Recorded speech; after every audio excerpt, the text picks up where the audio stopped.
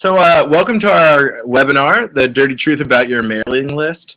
It's actually about we're going to be talking about how filtered mailing lists and three-dimensional mailing lists or complex modeling lists, how they differ, and the pros and cons of each.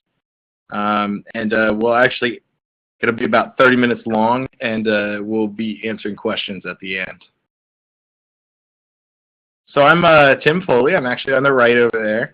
I have a history with high-tech software solutions and was actually brought on board to launch Clientele, and have been very excited about such a new and revolutionary product to the industry.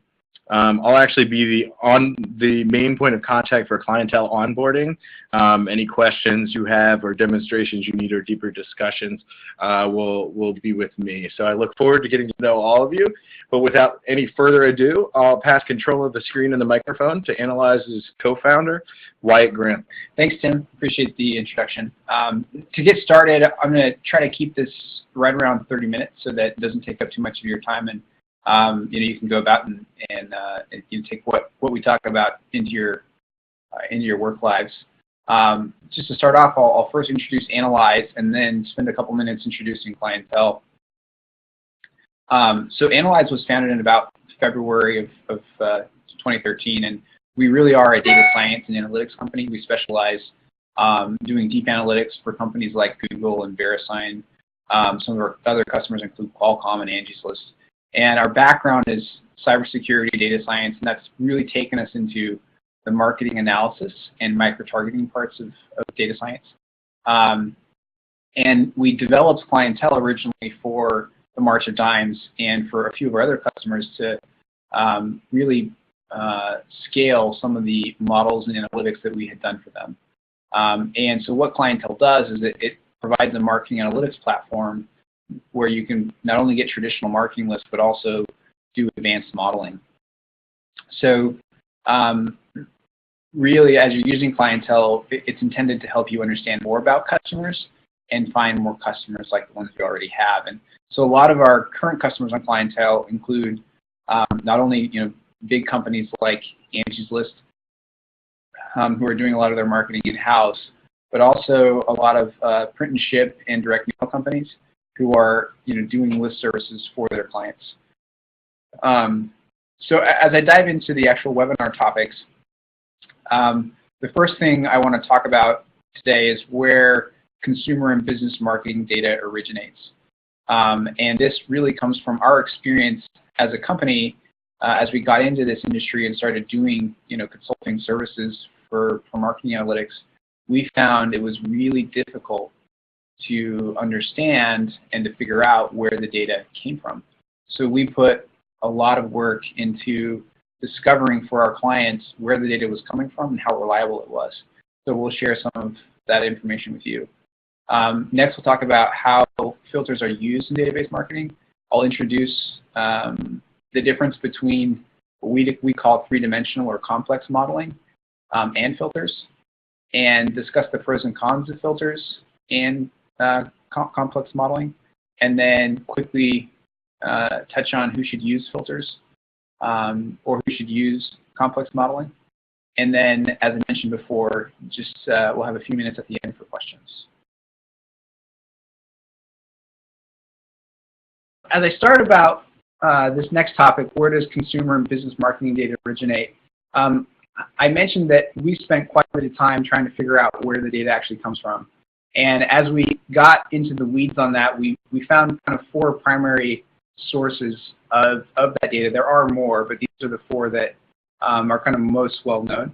Experian, Acxiom, Dun & Bradstreet, and Infogroup are kind of the well-known compilers in the marketing list industry and where a lot of data comes from.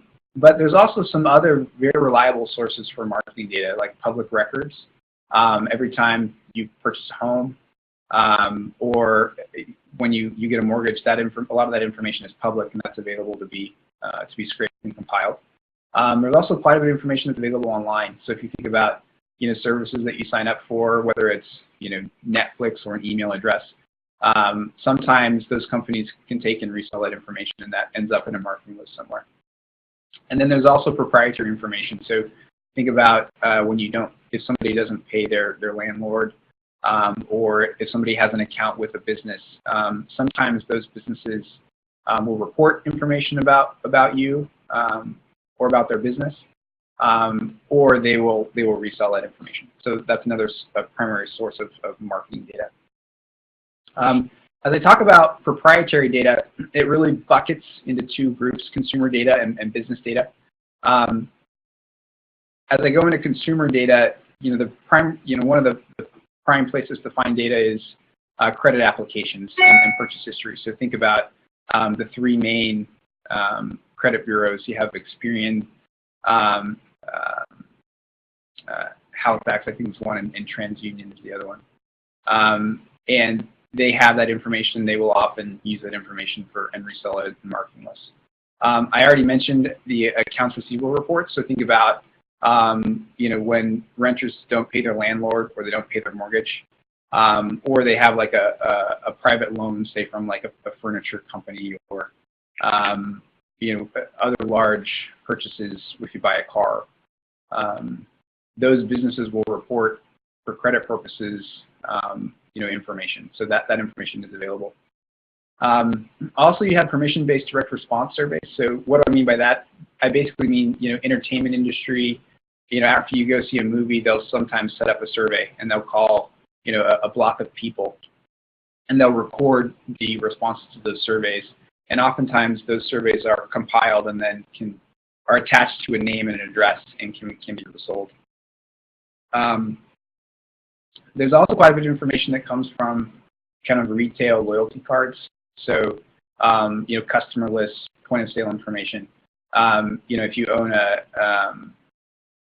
like a Target credit card, things like that, that information can be compiled and then resold as a marketing list in some cases.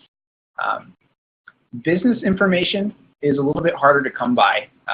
So basically, you have business credit obligations. So think about if you have a corporate Visa or MasterCard, information about how a business spends money with their credit cards can sometimes be found.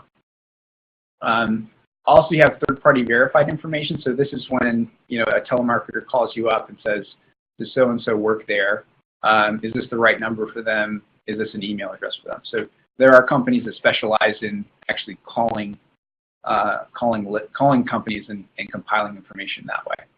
And then there's also government-mandated information. So anybody who does business with the government is required to register for a DUNS number. And they also provide additional information. And so Dun & Bradstreet has a lot of that information and will resell that information as well. So those are kind of the primary sources of consumer and I apologize. Those are the primary types of consumer and business data. So here's just a few quick examples. I have a few spreadsheets or a few screenshots to show you about them as well. So public consumer information. So data.gov is a place where you can go and actually download lots of data from the Department of Housing and Urban Development. The American Housing Survey, you can find some good data. As I mentioned, the federal housing finance agencies like Fannie Mae and Freddie Mac, they have quite a bit of data online that you can download and use. And then depending on how targeted you're trying to be, we as a company do this quite a bit. You can go on the city and county websites and actually scrape whole property assessment databases and find who purchased a property, when it was purchased, how much was it purchased for, who was it purchased from, and that's a fairly reliable source of consumer information as well. So here's just a few screenshots. If you're wanting to go and find some open information that you can download yourself, here's data.gov. Here's the American Housing Survey, which is a subcategory you can find on data.gov.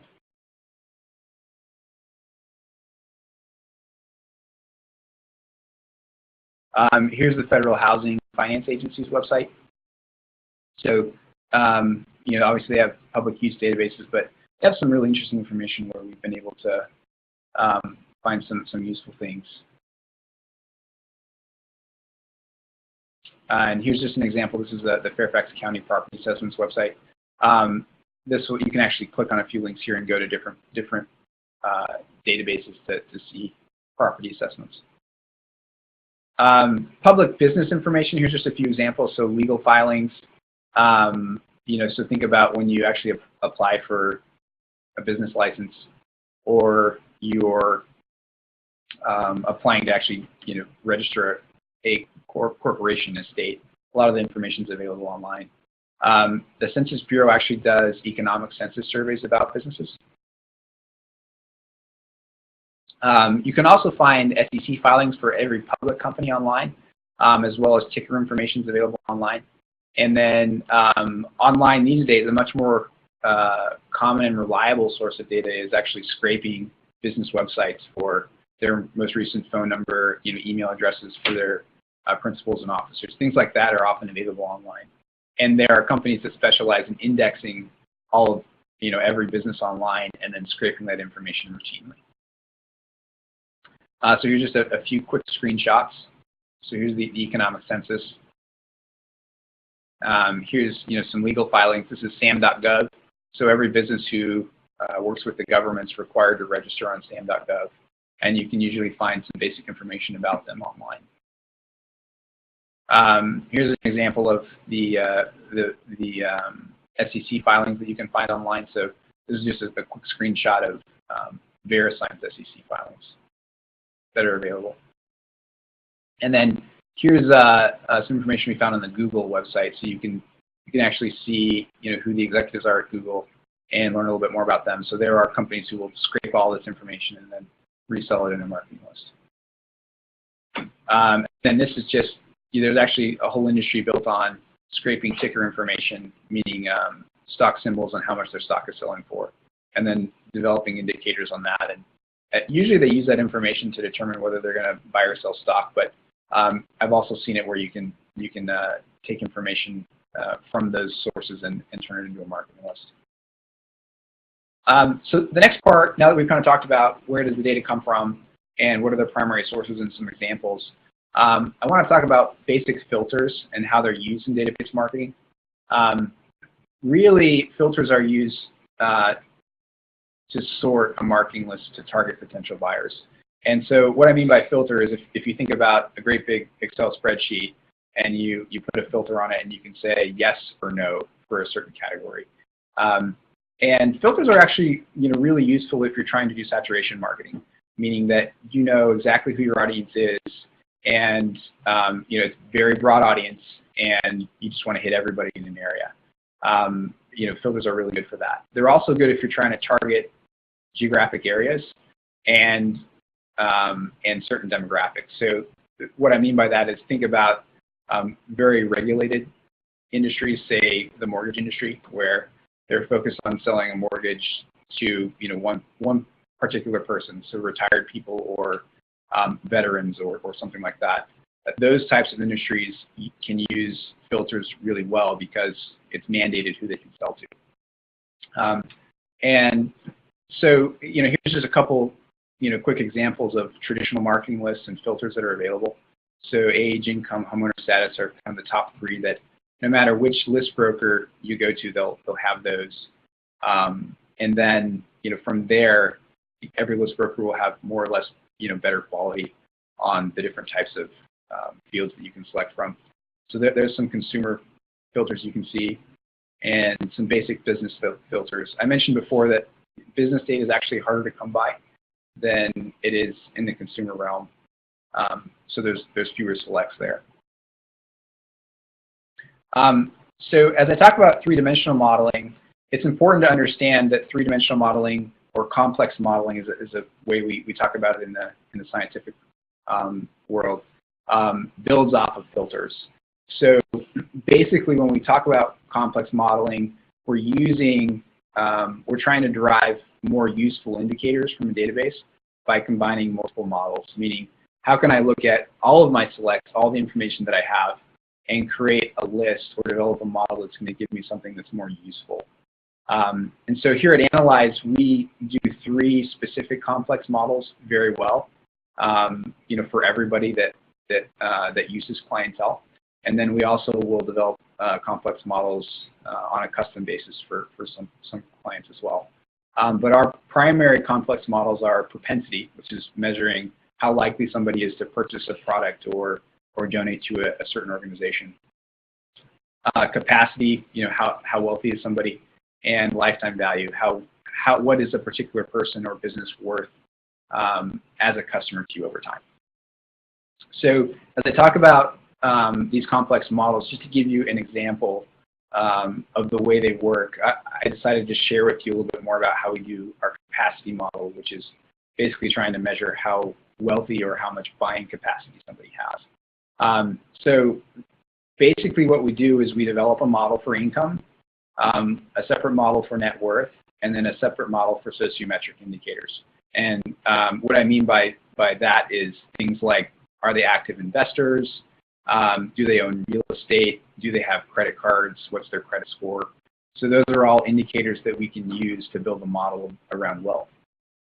So once we've built a model around income, a model around net worth, and another model around these sociometric indicators, we'll then weigh them all to develop one score that's much more useful for me than, say, just a filter that's yes or no. And that becomes a way that we can then take all of these models and actually expand the number of people who may or may not fit for marketing to. The other thing we can do is we can also develop a separate model and use some bypass logic to actually further increase that addressable market. So one example of that is, a wealthy person may not actually have income, right? They get income from, passive investments and things like that. And so in order to capture those people, we'll actually develop a separate model where we weight the income part of it very low, and we'll change the weightings on net worth and sociometric indicators to actually capture those people that are ultra wealthy that don't have any income. And so that's just one example, but when we're developing these models, we think about what are all the known exceptions to the rules, and we develop a model to make sure that we're capturing those people that we need to market to. So basically the outcome is that when I'm combining these filters and I'm doing my complex modeling, I end up with a better marketing list or a better targeted marketing in that way, so that I'm actually addressing all the parts of the market that I want to know about my product or service. And so with that, there are some real pros and cons with using filters for 3D modeling, and I'll just hit on a few, really quickly. I mentioned that filters are really well suited for saturation marketing, meaning that you already know who you're marketing to, you want to hit everybody. Also with filters, the technology is really readily accessible. So basically, any list broker that you talk to, marketing lists in the traditional sense are almost a commodity today. Because anybody who knows how to use a MySQL database can use those filters and give you a list. It's also the norm, meaning that regardless of who you talk to, there's some preset expectations about what you're buying and how you're buying it. And it's also very repeatable, so that you can go to any list broker that you meet and ask for the same thing and do your marketing over and over in the same way.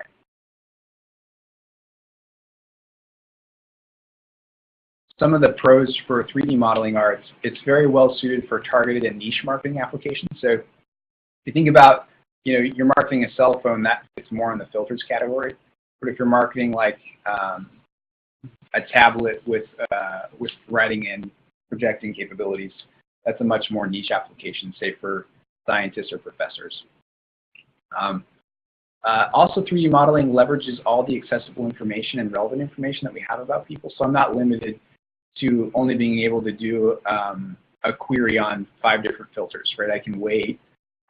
In our case, we weight, many hundreds sometimes of different categories to develop a model list for somebody. So that way I'm leveraging all the information that I have about somebody. I mentioned this before, but a pro of 3D modeling is it actually increases your addressable market, meaning that it increases the number of people that you can market to, because you're not being so strict or rigid on who you're marketing to, meaning that maybe somebody's 20 and they'd be interested in your product, but your filter, you only market to 21 and older, right? So in a three-dimensional model, there's kind of a bigger array of grayness that ends up in your marketing list. So you're actually increasing your market there. It also shortens the time you're required to build a good marketing list. And what do I mean by that? I mean, a company will use traditional marketing lists and they'll market over and over again, and then word of mouth will get out to the fringes who they haven't been directly marketing to. That takes time to get to that point where you're actually getting to people who you don't directly market to. When you're doing 3D modeling and you're including kind of those gray areas and you're less rigid on who you market to, it shortens the time that you actually get to those people. Also, an advantage with three-dimensional modeling is you're actually infusing much more of the latest technology and mathematical techniques into marketing. So you're starting to use things like Pearson's correlation coefficient and other important things in marketing that will improve who you're reaching out to and how you're analyzing who you should market to. Some basic cons on either side as well. There are some technology limitations to the number of filters that are available. What do I mean by that? I mean, a computer can actually only do so many filters before either your count is 0 or it actually breaks the computer, and it just takes it forever to try to do it. So you're limited to just a few filters at a time. Also, filters can sometimes be a guessing game, meaning that you have a difficulty trying to refine who exactly you're trying to market to. And because you only have so many things that you can look at, you end up guessing and trying and then coming back and having to guess again until you get it right. It's also difficult with filters to measure, the cause of whether a campaign is working or not. Like I said, because there's only a few things that you're tracking: age, income, homeowner status, geographic area. It's sometimes hard to determine whether somebody's responding because they live in a certain area or they're a certain age, or if there's something else about them that's really appealing to your product or service, to a product or service. Some cons to three-dimensional modeling. 3D modeling, to be done really well, usually requires a certain baseline of data to develop the model, meaning that we can always develop a model based on somebody's intuition, but it's better if we have, say, a list of customers, which is how we do it in clientele, or a list of transactions or some other baseline of data to develop the model from. And that keeps us true to making sure the model is relevant to a company or a business. There's also a learning curve for new users, regardless of what the model is, meaning that it's much easier to understand 2 or 3 filters than it is to understand weighted algorithms and targeted marketing. So there is a real investment in time and learning how it works to make sure that it's going to work for a company. And then another con is it's a new method, presented with cultural resistance. And what I mean by that is it's only now starting to catch on that big companies are looking at doing this modeling and targeting their audiences more specifically. And so with that, it usually just takes time for it to get through the diffusion curve. Meaning right now we're probably in the early adopter, early majority phase, and we're not really in the late adopters where everybody knows what this is and understands it. So just real quickly, I'll talk about who should use filters and who should use the complex modeling. Filters are really perfect for, as I mentioned before, saturation marketing and folks who really aren't that worried about cost, right? So think about somebody who's wanting to send direct marketing, a mailer, every 2 weeks, to stay in front of somebody. If they have a lot of money to invest in marketing, they're usually not as worried about trying to model those things. They're those kinds of folks we just recommend they do filters. And also, filters are really good for products that have a general audience or broad appeal. So think about cell phones. These days everybody has a cell phone and needs one. And so think about Apple products. So laptops and tablets. Those are types of products that a basic filtered traditional marketing list works well for. On the other hand, three-dimensional modeling is perfect for companies who are looking to do targeted marketing or target niche or target niche markets, right? So they're being much more deliberate in who they want to market to, and they're being much more specific about who their audiences are. People with those kinds of products do very well with clientele and do very well with complex models. Also, it's really perfect for companies who are interested in a much more comprehensive method for their marketing. And what do I mean by that? I mean looking at what consumers are interested in general before they pick how they're going to do their marketing. And they're interested in what the total addressable market is before they actually launch and start sending out mailers and sending out emails or phone calls or even paying for traditional television ads or magazine space. So companies that are interested in having that comprehensive look at a market and want to understand who they could market to before they dive in and start marketing, the complex modeling is very useful because we're required to look at those things in our model before we actually develop it. So those are some who should be using each. So with that, I think I'm just about to hit my time. So I'll turn the time over to you. If you have any questions, feel free to submit them via the chat, and I'd be happy to touch on those. Thank you, Wyatt. We've actually got one right here, one question that was submitted earlier. My broker says he's doing targeting already. How does that compare to 3D modeling? Sure. That's a great question. We hear that all the time. It really depends on the broker, but typically when a traditional broker says they're doing targeting, they're talking about multiple filters, right? So they'll say, okay, you tell me which geographic area you want, you tell me what age and what income status, and they'll call that targeting, right? And like I mentioned before, that is a high-level way of doing your targeting. There's also another way that traditional brokers do targeting, and that is that they'll actually go by lead lists, meaning that people who have opted in on a website or who have submitted that they're interested in something online. And so, in those cases, say, people might be interested in buying healthcare, right? They'll go on a healthcare website and they'll say, I'm interested. And then that information will end up in a list somewhere. So that's another way that they could be doing targeting. But traditionally, list brokers don't do this three-dimensional modeling well because the barrier to entry to actually do it is much higher, meaning that here at Analyze we have PhDs and master's degrees who sit in Boston, and they run those analytics, and they're very tech savvy, so they understand databases, they understand algorithms. And so the barrier to entry to do that kind of modeling is much higher. And so most traditional list brokers don't do it. I've got one more here. Can you explain propensity again? Sure.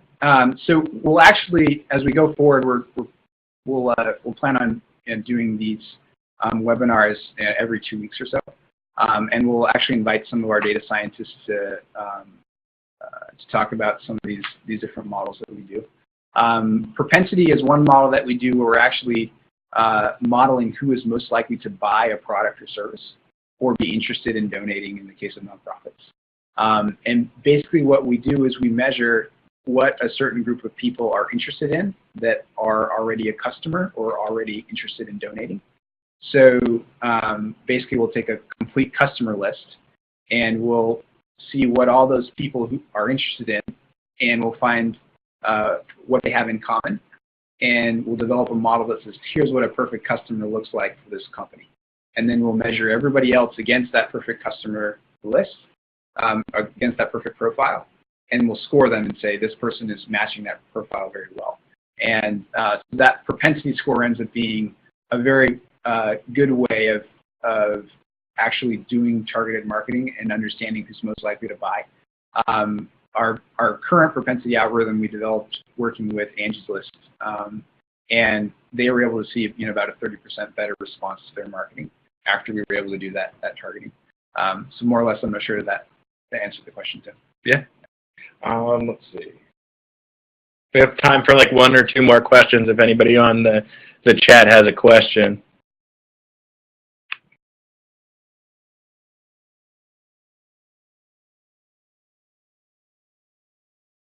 We got another one. Who else does complex modeling other than Analyze? So there are other companies that do complex modeling. They usually do it on a consulting basis like we traditionally did it. So for example, you can go to folks like Axiom or Merkle, and you can talk to them, and they have consultants who will talk to you and and work with you to develop a complex model. There are also marketing consultants who you can look up general marketing consultants and ask them. They can see if they can do some complex modeling for you.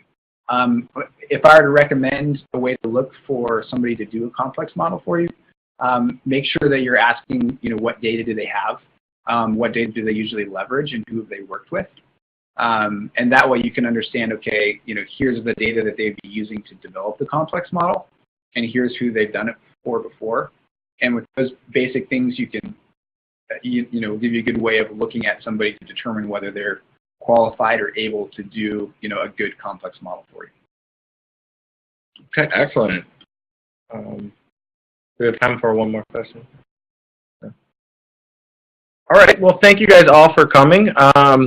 Wanted to say a personal thank you, and thank you on behalf of Analyze for attending this webinar. As Wyatt mentioned just a few minutes ago, he is going to. We actually will be having them about every 2 weeks going forward. So we'll give you more information about our next webinar and what we're going to dive into then. But in the meantime, if you have any questions about clientele or about the subject matter, feel free to reach out to us here. I've got my phone is always open, and my inbox is always open.